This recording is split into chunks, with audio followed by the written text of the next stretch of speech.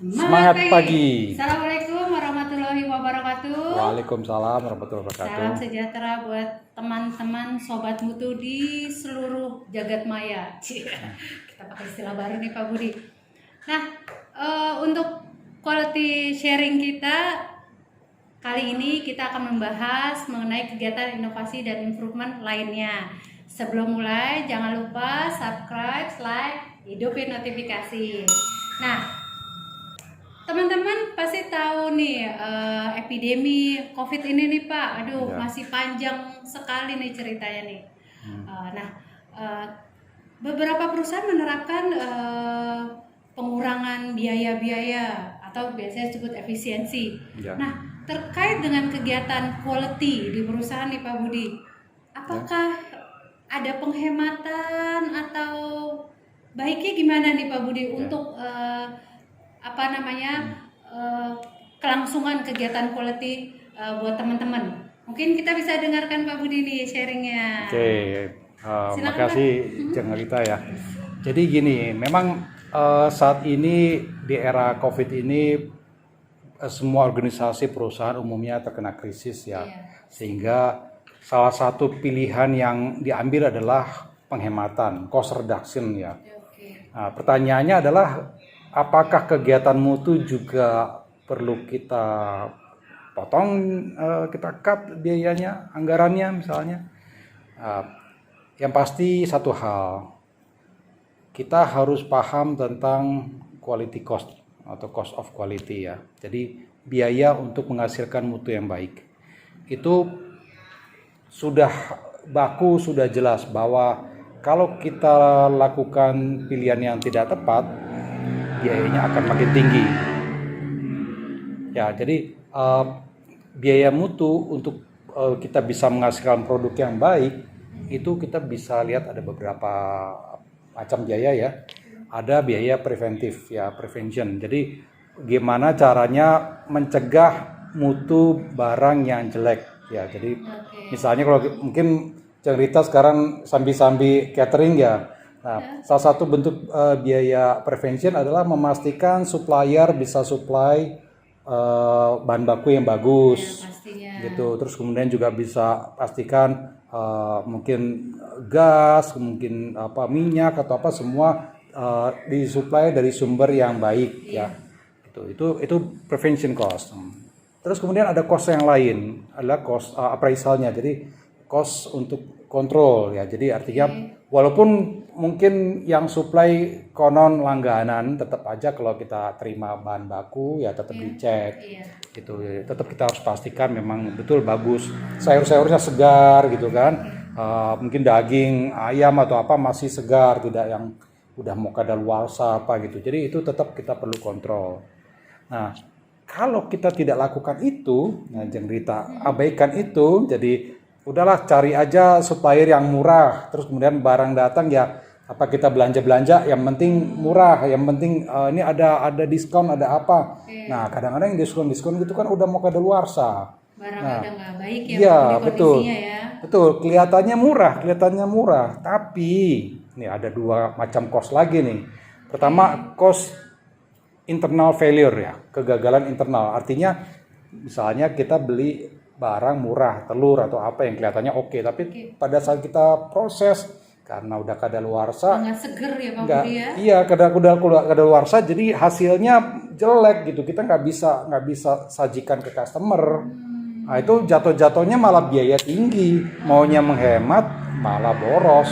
Karena kita mesti belanja lagi gitu kan. Nah, tapi itu masih mending. Ada lagi cost yang lebih serem lagi ya, external failure cost. Nah, itu yang menemukan masalah itu bukan kita, tapi pelanggan kita. Jadi mereka nemuin tiba-tiba karena tindakan-tindakan yang kita laksanakan tadi, jadi kita kayak hasil yang diterima walaupun tidak sesuai, tampak dari mata mungkin sama. Tapi ketika dites karena telur yang kadaluarsa dan sayur yang tidak segar. Betul. Jadi kita mengabaikan tadi preventif ya. Kita belanja asal murah. Terus kemudian barang yang kita belanja kita kurang cek, telur kelihatannya masih oke, udah proses aja. Kita bikin cake atau bikin apa. udah jadi kelihatan oke, cepet-cepet delivery, cepet-cepet cari uang kan, delivery, uang transfer, dah happy gitu kan. Tapi ternyata customer kita menemukan itu gak sesuai. Pertama, kemungkinan dia akan minta ganti, ya kan. Yang kedua, dia mungkin kapok sama kita. Jadi akhirnya maunya hemat, akhirnya jadi mahal. Ya kan, kita kehilangan customer, kita ganti rugi. Wah, costnya jadi jauh lebih tinggi. Jadi artinya apa? Quality cost itu kita nggak bisa tawar-menawar. Pada saat kita memang ingin menyediakan produk atau jasa tertentu ke pelanggan kita, pastikan mutunya tuh terjaga pada kondisi apapun. Artinya begini, pada saat mungkin krisis, mungkin apa, customer kita minta harganya diskon atau apa, kita turunkan aja grade quality-nya. Artinya Pak, ini cake-nya mungkin nggak pakai cherry misalnya, tapi gitu. kita sampaikan kan. Betul, kita sampaikan Pak, ke konsumen. kalau mau lebih murah itu nggak usah pakai cherry misalnya ya.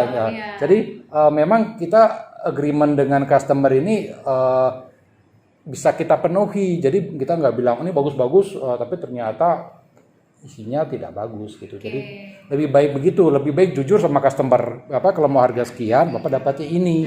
Kalau mau, oke. Kalau mau lebih baik, oke, kita bisa kasihkan gitu. Jadi itu cara paling baik. Jangan bohongi customer. Jadi berikan kepada customer apa yang dia harapkan gitu. Dan jadi kita supaya bisa memberikan apa yang diharapkan, kita harus kontrol mutu. Preventif sama appraisal.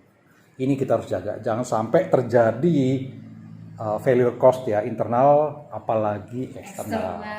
Tuh buat teman-teman Sobat Mutu, bayangkan kalau itu berlaku di industri yang lebih besar.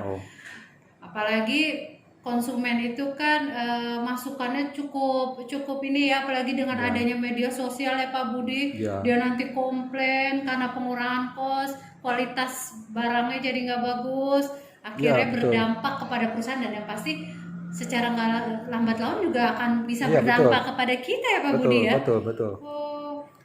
Mungkin ada tambahan lain Pak Budi biar teman-teman agak lebih jadi intinya gini, pada saat kita menjanjikan produk atau jasa dengan karakteristik atau spesifikasi tertentu ke pelanggan, pastikan pelanggan mendapatkan yang memang kita janjikan, yang memang kita. Jadi jangan coba-coba kita tidak kontrol kualitinya, kita tidak kontrol bahan bakunya, prosesnya. Jangan coba-coba lakukan itu, karena akhirnya kita yang rugi. Mungkin bisa aja sekali dua kali lolos, kebetulan kita beli murah tapi bagus, kebetulan tapi itu risiko tinggi, itu high risk. Lebih baik kita kontrol mutu. Jadi dalam kondisi krisis ini kita tetap jaga mutu dan produktivitas kita. Oke, mungkin. Siap, Sobat Mutu, itu sedikit sharing kita kali ini ya Pak Budi ya. Waktunya walaupun pendek, semoga bermanfaat. Kembali kalau mau bertanya mungkin silakan kasih komen, kasih apa ya. Boleh juga bisa email ke Wahana Kendali Mutu. Nanti kita akan coba bantu. Tapi kalau untuk jelasnya mungkin next Pak Budi akan memaparkan lebih luas lagi. Ya, kita tunggu pertanyaan-pertanyaan dari para Sobat Mutu, pada Sobat Inovasi ya. Demikian kami sampaikan. Mohon maaf apabila selama kegiatan ada kata dan gestur kita yang kurang berkenan. Semoga kita bisa bertemu kembali di acara quality sharing selanjutnya. Sampai jumpa.